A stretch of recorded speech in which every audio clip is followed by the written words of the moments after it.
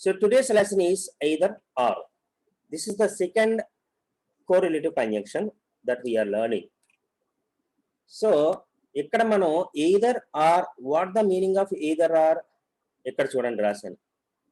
అదైనా ఇదైనా, లేదా అది కానీ ఇది కానీ, రెండింట్లో ఏదో ఒకటే, రెండు చెయ్యం. అది కానీ ఇది కానీ, రెండింట్లో ఏదో ఒకటి అని ఒక మీనింగ్, అదైనా ఇదైనా అని ఒక meaning. See how we have to use this one.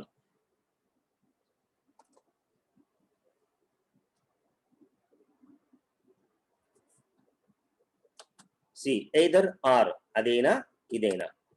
Either or means in Telugu అది కానీ ఇది కానీ, రెండింట్లో ఏదో ఒకటి అని కానీ, అదైనా ఇదైనా అని కానీ మీనింగ్లు ఉన్నాయి. ఇది ఒకవేళ సబ్జెక్ట్ రిలేటెడ్ అయితే, అంటే ఆల్రెడీ మనం నేర్చుకున్న నాట్ ఓన్లీ బట్ ఆల్సోలో సబ్జెక్ట్ రిలేటెడ్ అయితే ఎలా ఫామ్ చేసామో ఇక్కడ కూడా అలాగా ఫామ్ చేస్తాం. సేమ్ ఎగ్జాంపుల్స్ ఇచ్చాను ఇక్కడ. వాక్యంలో రెండు సబ్జెక్టులు ఉన్నప్పుడు ఎయిదర్ మొదటి సబ్జెక్ట్ ముందు ఆర్ రెండవ సబ్జెక్ట్ ముందు పెట్టిన తర్వాత వెర్బు ఆబ్జెక్టివ్ వ్రాయగలను. ఇలా వ్రాసేటప్పుడు సెకండ్ సబ్జెక్ట్ మెయిన్ సబ్జెక్ట్ గా భావించి వెర్బ్ ఫామ్ వాడవలసి ఉంటుంది. సేమ్ అలాగే ఇందాకలాగే. ఓకే, ఎగ్జాంపుల్ చూడండి ఇక్కడ. Either Ravi or I participate in this competition. Ravi కానీ నేను కానీ ఇద్దరిలో ఎవరో ఒకరిలో ఈ కాంపిటీషన్ లో పాల్గొంటాము అని అర్థం. సో సి ఇక్కడ ఇది ఎయిదర్ రవి ఆర్ ఐ అన్న సబ్జెక్ట్, పార్టిసిపేట్ అన్నది వెర్బ్, ఇన్ దిస్ కాంపిటీషన్ అన్నది ఆబ్జెక్ట్. ఓకే, అంటే ఇది సెకండ్ సబ్జెక్ట్ ని బట్టి వెర్బ్ ఫాలో అవుతుంది కాబట్టి నేను వెర్బ్కి ఎస్1 పెట్టలేదు ఇక్కడ. ఓకే, లేదంటే పెట్టుండేవాడిని. సబ్జెక్ట్ ఏమో రవి అయ్యి, participate verb, in this competition object. Ravi కానీ నేను కానీ ఇద్దరిలో ఎవరో ఒకరు ఈ కాంపిటీషన్ లో పాల్గొంటాము. సెకండ్ ఎగ్జాంపుల్ అంటే ఇన్వర్ట్ చేశాను. ఐ ప్లేస్ లో రవిని, రవిని ప్లేస్ లో ఐని పెట్టాను. Either I or Ravi participates. ఇక్కడ చూసారా, నేను ఇక్కడ ఏం చేశాను, వెర్బ్ ఎస్1 పెట్టాను. చూడండి ఎందుకు వెర్బ్ ఎస్1 పెట్టాను. సెకండ్ సబ్జెక్ట్ ఎవరు, రవి. అంటే వెర్బ్కి దగ్గరగా ఉన్న సబ్జెక్ట్ రవి కాబట్టి ఎస్1 పెట్టాను అనమాట. So either I or Ravi participates in this competition. నేను కానీ రవి కానీ ఇద్దరిలో ఎవరో ఒకరిని ఎవరో ఒకరిని ఈ గేమ్ కాంపిటీషన్ లో పాల్గొంటాం. ఎయిదర్ ఐ ఆర్ రవి అన్నది సబ్జెక్టు, ఇది రవి సెకండ్ సబ్జెక్ట్ కాబట్టి మనం ఏం చేసామంటే రవి నుంచి పార్టిసిపేట్ కి అలా యారో మార్క్ పెట్టాం. సబ్జెక్ట్ ఏమో ఎయిదర్ ఐ రవి, వర్బ్ వచ్చి పార్టిసిపేట్స్, ఆబ్జెక్ట్ వచ్చి ఇన్ దిస్ కాంపిటీషన్. నేను కానీ రవి కానీ ఇద్దరు ఎవరొకరు ఈ కాంపిటీషన్ లో పాల్గొంటాం. ఇది subject related. When it comes to verb related, ఒకవేళ వర్బ్ రిలేటెడ్ అయితే అంటే ముందర సబ్జెక్ట్ రాసేస్తాం. వాక్యంలో రెండు వెర్బులు ఉన్నప్పుడు ముందు సబ్జెక్ట్ వ్రాసి ఎయిదర్ మొదటి వెర్బ్ ముందు ఆర్ రెండవ వెర్బ్ ముందు పెట్టిన తర్వాత ఆబ్జెక్ట్ వ్రాయగలను. ఎగ్జాంపుల్ చూడండి. He either speaks or writes English. ఇందులో సబ్జెక్ట్ హీ, వెర్బ్ ఏది స్పీక్స్ రైట్స్, ఎయిదర్ స్పీక్స్ దగ్గర నుంచి ఆర్ రైట్స్ వరకు వెర్బే. ఆబ్జెక్ట్ ఏది ఇంగ్లీష్. అంటే సబ్జెక్ట్ ఏమో he, either speaks or writes ఏమో వెర్బ్, ఇంగ్లీష్ ఆబ్జెక్ట్. అతను ఇంగ్లీష్ మాట్లాడటం కానీ వ్రాయటం కానీ రెండింట్లో ఏదో ఒకటి చేస్తాడు అని అర్థం అనమాట. ఓకే, ఇంకో ఎగ్జాంపుల్ చూద్దాం. They either beat or frighten the children. ఇక్కడ subject they, either beat or frighten అన్నది వెర్బ్, అంటే beat frighten verbs. The child అన్న చిల్డ్రన్ అన్నది ఆబ్జెక్ట్, సబ్జెక్ట్ ఇది వెర్బ్ ఆబ్జెక్ట్. ఇక్కడ వాళ్ళు పిల్లలను కొట్టడం కానీ భయపెట్టడం కానీ రెండింట్లో ఏదో ఒకటి చేస్తారు, రెండు చేయరనమాట, రెండింట్లో ఏదో ఒకటి చేస్తారనమాట. ఓకే, ఇది వెర్బ్ రిలేటెడ్. మరి when it comes to object related ఎలా ఉంటుంది. వాక్యంలో రెండు ఆబ్జెక్టులు ఉన్నప్పుడు ముందు సబ్జెక్టు వెర్బ్ రాసి ఏదర్ మొదటి ఆబ్జెక్ట్ ముందు ఆర్ రెండో ఆబ్జెక్ట్ ముందు పెట్టవలను. సేమ్ మళ్ళీ చెప్తున్నాను, మీరు ఆల్రెడీ నేను నాట్ ఓన్లీ బట్ ఆల్సో నేర్చుకున్నదే ఇక్కడ మళ్ళీ చెప్తున్నాను అంతే, ఎందుకంటే ఎక్కువ గుర్తుంటుందని. ఒకసారి ఎగ్జాంపుల్ చూడండి. Ravi drives either a car or, ఇక్కడ బటన్ పడింది ఆర్ పెట్టండి, ఎయిదర్ ఆర్ ఎ వ్యాన్. అంటే ఏంటి, రవి ఏం చేస్తాడంట, రవి కారు కానీ వ్యాన్ కానీ రెండింట్లో ఏదో ఒకటే నడుపుతాడంట. రెండు నడపడం అనమాట రవి. రెండింటిలో ఏదో ఒకటే నడుపుతాడు. Okay, Ravi either drives either a car or a van. ఇందులో Ravi subject, drive verb, either a car or a van అన్నది objectives. Okay, Ravi third person singular కాబట్టి ఇక్కడ ఏం చేశాను, నేను వెర్బ్ కి S1 పెట్టాను. ఇక్కడ సబ్జెక్ట్ని పెట్టి కదా వెర్బ్ ఫాలో అవుతుంది, అందుకని వెర్బ్ కి S1 పెట్టాను. ఇంకో ఎగ్జాంపుల్ చూద్దాం. Sita phones either you or me. Sita, ఇందులో subject Sita, phones verb, either you or me objective. Okay, Sita నీకు కానీ నాకు కానీ ఇద్దరిలో ఎవరో ఒకరికి ఫోన్ చేస్తుంది, ఇది ఆబ్జెక్ట్ రిలేటెడ్. సో ఈ విధంగా మనం ఈదర్ ఆర్ను వాడతాం. నెయిదర్ నారు సేమే, ఇంకేమీ మార్పు లేదు, నెగిటివ్ అంతే మీనింగ్. అంటే ఎయిదర్ ప్లేస్ లో నెయిదరు, ఆర్ ప్లేస్ లో నార్ పెట్టామనుకో సేమ్ నెగిటివ్ మీనింగ్ ఇండికేట్ చేస్తాను అనమాట. అది కూడా చూద్దాం.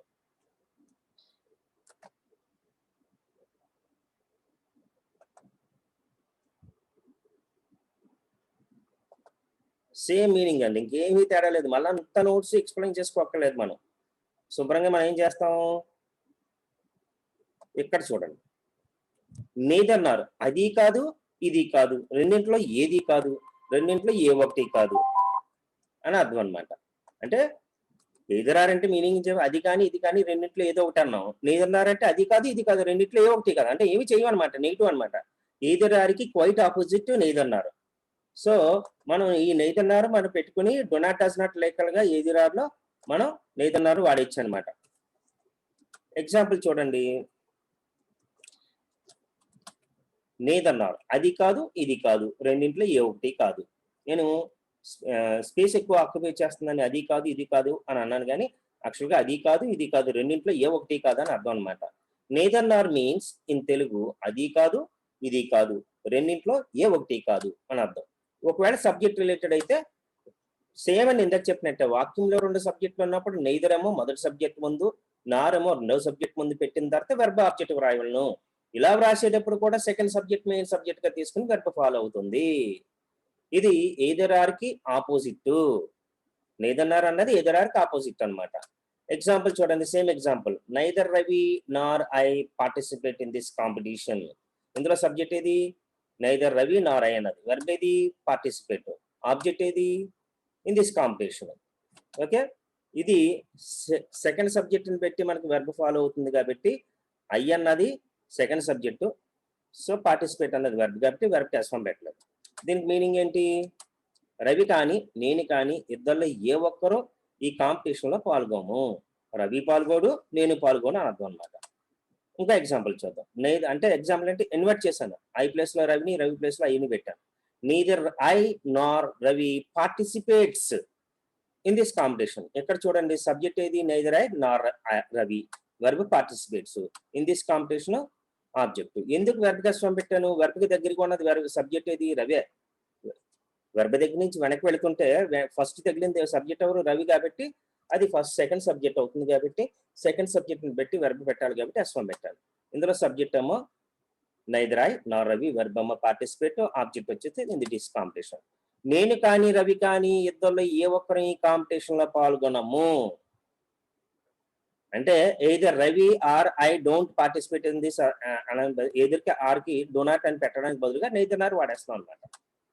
అదే వెర్బ్ రిలేటెడ్ అయితే ఎలాగుంటుంది, సేమ్ వాక్యంలో రెండు వెర్బులు ఉన్నప్పుడు ముందు సబ్జెక్ట్ వ్రాసి తర్వాత నెయిదర్ నేమో ఫస్ట్ వర్బ్ ముందు, నాన్ నేమో సెకండ్ వర్బ్ ముందు పెట్టిన తర్వాత ఆబ్జెక్ట్ రాయగలను. ఎగ్జాంపుల్ చూడండి, he neither speaks nor writes English. ఇందులో subject Ravi, verb neither speaks nor writes, object English, subject verb object.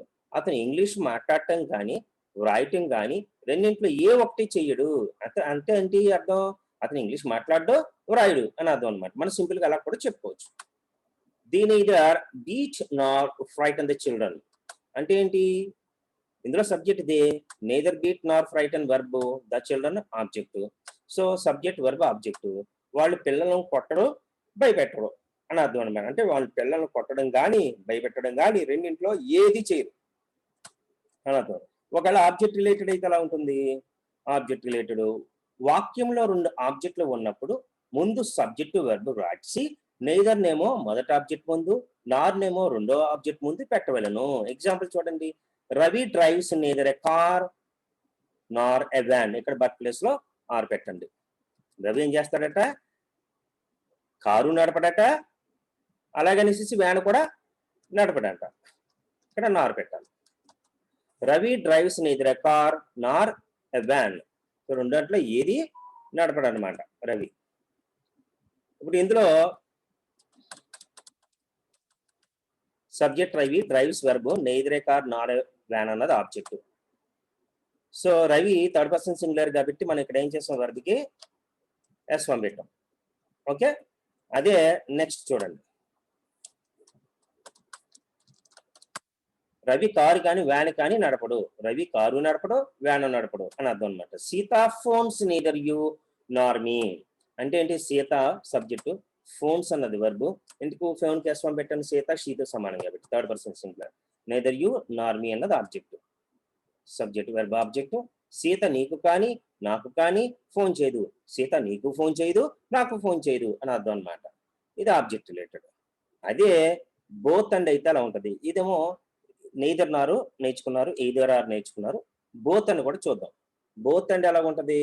Same rule, కాకపోతే చిన్న మార్పు ఏంటంటే ఇది సబ్జెక్ట్ రిలేటెడ్ అయినప్పుడు ఎప్పుడు సబ్జెక్ట్ వెర్బ్ ప్లోరల్లోనే ఉండాలి. బహువచనం అయినా verb plural form of the వెర్బే వాడాలి. ఎందుకు plural form of the verb వాడాలి? బోత్ అండ్ అని. బోత్ అంటే ఇద్దరు అని అర్థం కాబట్టి మనం ఏం చేస్తాం, సబ్జెక్ట్ రిలేటెడ్ అని వెర్బ్ కూడా ఎస్ ఫార్ములా అయ్యి పెట్టకూడదు మనం. బోత్ అండ్ అంటే మీనింగ్ ఏంటి? బోత్ అంటే మీనింగ్ ఏంటి? అది మరియు ఇది రెండును, ఇద్దరును అని అర్థం అన్నమాట.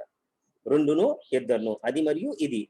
బోత్ అండ్ బోత్ అంటే అది ఇది, అండ్ అంటే మరియు అని అర్థం అనమాట. రెండును అని అర్థం అనమాట. నోట్స్ చూద్దాం.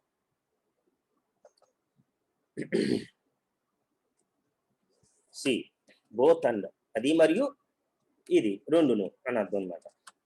బోత్ అండ్ మీన్స్ తెలుగులో అది మరియు ఇది రెండును అని అర్థము. ఇది సబ్జెక్ట్ రిలేటెడ్ అయినప్పుడు రెండు వాక్యంలో రెండు సబ్జెక్ట్ ఉన్నప్పుడు బోత్ మొదటి సబ్జెక్ట్ ముందు అండ్ రెండవ సబ్జెక్ట్ ముందు పెట్టిన తర్వాత వెర్బ్ ఆబ్జెక్ట్ వాడవలను. ఇలా వ్రాసేటప్పుడు బోత్ అండ్ సబ్జెక్ట్ రిలేటెడ్ గా ఉన్నప్పుడు వెర్బ్ ఎప్పుడో ప్లూరల్ ఫామ్ గా వాడాలి. ఎందుకంటే బోత్ మీన్స్ ఇద్దరు, ఇద్దరు అంటే బహువచనం కాబట్టి అని అర్థం అనమాట. ఇక్కడ చూడండి example, both Ravi and I participate in this competition. యాక్చువల్గా ఇప్పుడు వరకు మీరు ఏం చేశారు? ఇక్కడ చూడండి, ఇప్పుడు వరకు ఈ సెకండ్ సబ్జెక్ట్ ని పెట్టి వెర్బ్ వాడారు. ఒకవేళ ఇక్కడ సెకండ్ సబ్జెక్ట్ లో రవి ఉందనుకోండి,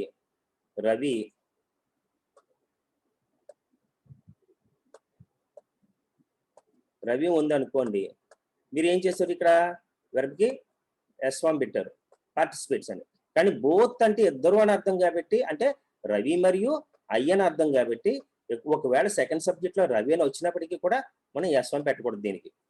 ఎందుకంటే బోత్ అంటే ఇద్దరు అని అర్థం కాబట్టి. Both Ravi and I participate in this competition. ఇందులో subject both Ravi and I అన్నది సబ్జెక్ట్, పార్టిసిపేట్ అన్నది వెర్బ్, ఇన్ దిస్ కాంపిటీషన్ అన్నది object, subject verb object. Ravi మరియు నేను ఇద్దరు ఈ కాంపిటీషన్ లో పాల్గొంటాము. పాల్గొలేదు ఇంకా. ఇక్కడ చూడండి, మళ్ళీ ఇన్వర్ట్ చేసి ఇచ్చాను. అంటే రవి ప్లస్ లో ఐని, ఐ ప్లస్ లో రవిని ఇచ్చాను. Both I and Ravi participate in this competition. యాక్చువల్గా ఇక్కడ మన రవి వచ్చింది కాబట్టి ఇందాక చెప్పుకున్న కొన్ని విధంగా మనం ఏం చేయాలి? ఇక్కడ S1 పెట్టాలి, కానీ పెట్టలేదు. ఎందుకు? బోత్ అంటే ఇద్దరు అని అర్థం కాబట్టి ఇక్కడ సబ్జెక్ట్ రిలేటెడ్ అయినప్పటికీ రెండు సబ్జెక్టులు కూడా అని అర్థం కాబట్టి ఇద్దరు అంటే బహువచనం అయిపోతున్నారు కదా, ఉయ్ అని అవుతుంది, దే అని అవుతుంది. అందుకని S1 పెట్టకూడదు. ఇది ఒకటే రూల్, మిగతా అన్ని యాజిటీసే. ఓకే, మిగతా అన్ని యాజిటీస్ గానే వాడతాం. ఓకే, ఇక్కడ చూడండి, both I Ravi subject, participate verb, in this competition అన్నది ఆబ్జెక్ట్ అనమాట. ఓకే, ఎగ్జాంపుల్ ఏంటి? నేను మరియు రవి ఇద్దరం ఈ కాంపిటీషన్ లో ఇద్దరం పాల్గొంటాము అంటున్నాను, ఎవడో ఒకరు పాల్గొంటాం అంటలేదు. అందుకని S1 పెట్టకూడదు. ఎప్పుడు సబ్జెక్ట్ రిలేటెడ్ అయినప్పుడు వర్బ్ ఎప్పుడు కూడా బహువచనంలోనే ఉండాలి. అది వర్బ్ రిలేటెడ్ అయితే వాక్యంలో రెండు వర్బ్స్ వచ్చినప్పుడు ముందు సబ్జెక్ట్ రాసి బోత్ మొదటి వెర్బ్ ముందు అండ్ రెండో వెర్బ్ ముందు పెట్టిన తర్వాత ఆబ్జెక్ట్ రాయవలను. ఎగ్జాంపుల్ చూడండి, he both speaks and writes English.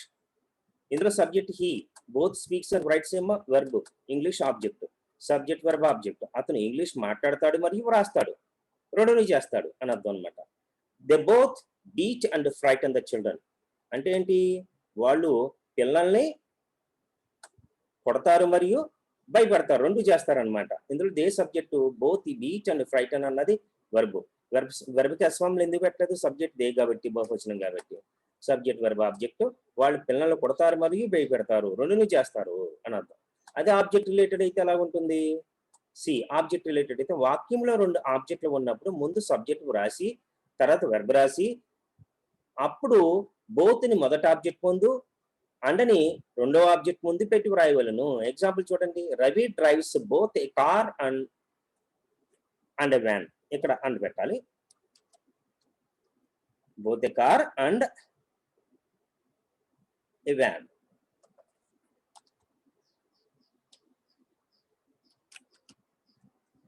కారే కాకుండా అంటే కారు మరియు రవి ఏం చేస్తాడట?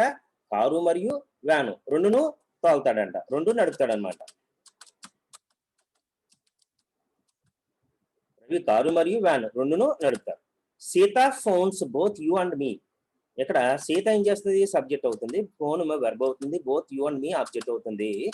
సీత నీకు మరియు నాకు ఇద్దరికి ఫోన్ చేస్తుంది అని అర్థం అనమాట. ఇది కోరిలేటివ్. చూసారు ఎంత నోట్స్ ఉందో కోరిలేటివ్ కంజంక్షన్స్. కంజంక్షన్ అంటే చాలా మంది తప్పుపడేస్తుంటారు, ఎప్పుడు ఒకే ప్లేస్ లో పెట్టేస్తుంటారు. ఇప్పుడు ఫర్ ఎగ్జాంపుల్ రవి కారు మరియు వ్యాన్ నడుపుతాను, both Ravi drives car and van అని చెప్తుంటారు. అలా చెప్పకూడదు. అది వర్బ్ రిలేటెడ్ కాబట్టి ఆబ్జెక్ట్ రిలేటెడ్ గా బోత్ తీసుకొచ్చి కార్ ముందు పెట్టాలి. సీత నీకు మరియు నాకు ఫోన్ చేస్తుంది అంటే Sita both Sita phones both you and me అని చెప్పడం అనేసి both you and me Sita phones అని చెప్తుంటారు. అలా చెప్పకనగా ఏ రిలేటెడ్ అయితే ఆ రిలేటెడ్ చెప్పాలి. ఇంకొక కంజంక్షన్ కోరిలేటివ్ కంజంక్షన్ ఉండిపోయింది, అది whether or. I shall teach you about that tomorrow. I'm going to send notes along with the exercise to you and we can meet after some time.